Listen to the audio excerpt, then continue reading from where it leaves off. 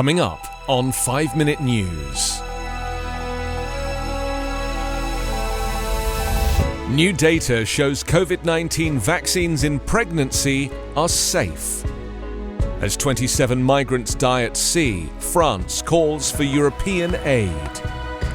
And Ethiopia tells US to stop spreading false information on war.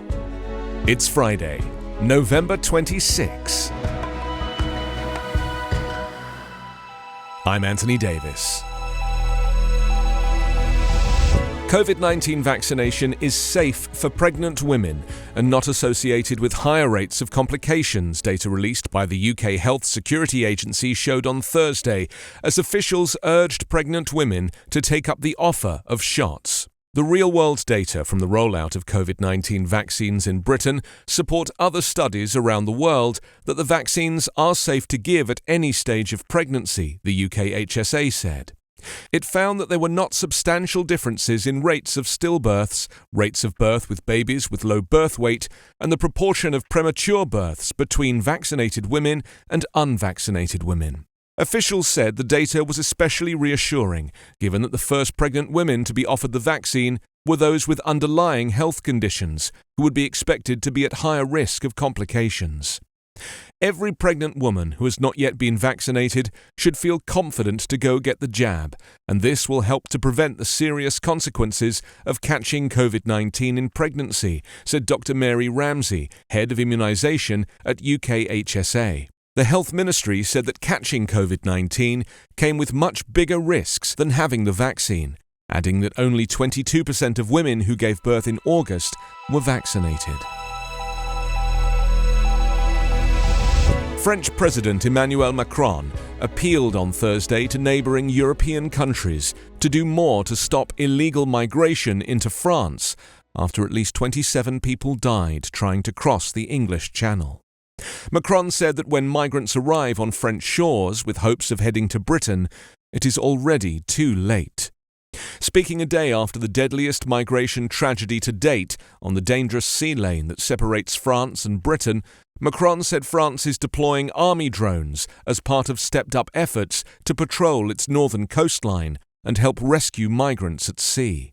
But he also said that a greater collective effort is needed, referring to France as a transit country for Britain-bound migrants. We need to strengthen cooperation with Belgium, the Netherlands, Germany, but also the British and European Commission, he said on a visit to Croatia. We need stronger European cooperation. Migration is an explosive issue in Europe, where leaders often accuse one another of not doing enough to either prevent migrants from entering their countries or from continuing on to other nations. The French and British traded barbs on the issue following the latest sinking, even as they pledged more cooperation. Ministers will meet on Sunday to discuss increasing efforts to crack down on migrant smuggling networks, Macron's government announced. Macron described the dead in Wednesday's sinking as victims of the worst system, that of smugglers and human traffickers. France has never had so many officers mobilized against illegal migration, and its commitment is total, he said. But he also made clear that it wants more help.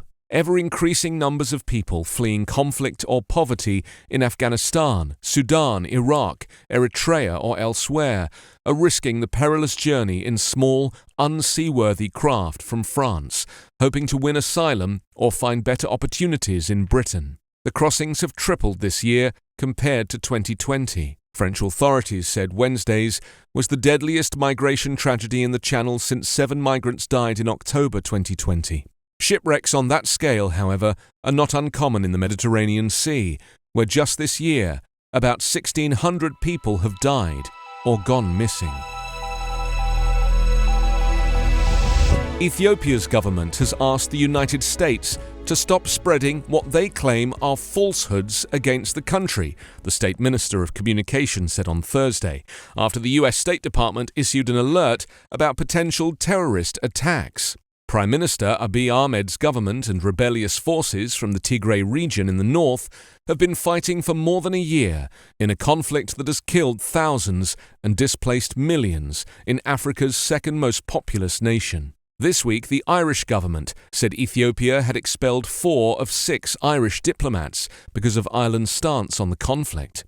Ethiopian government spokespeople have also warned against unnamed external threats and criticised Western governments for what they say is inaccurate coverage of the war.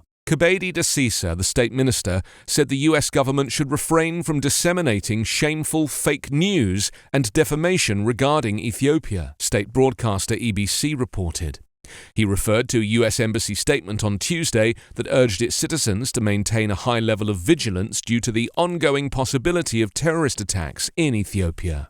Earlier this month, tens of thousands of Ethiopians rallied in the capital to denounce the United States for alleged interference in Ethiopia's internal affairs. A US embassy official said the safety of US citizens abroad is one of the State Department's highest priorities, adding that Washington continued to urge US citizens in Ethiopia to depart using commercially available flights.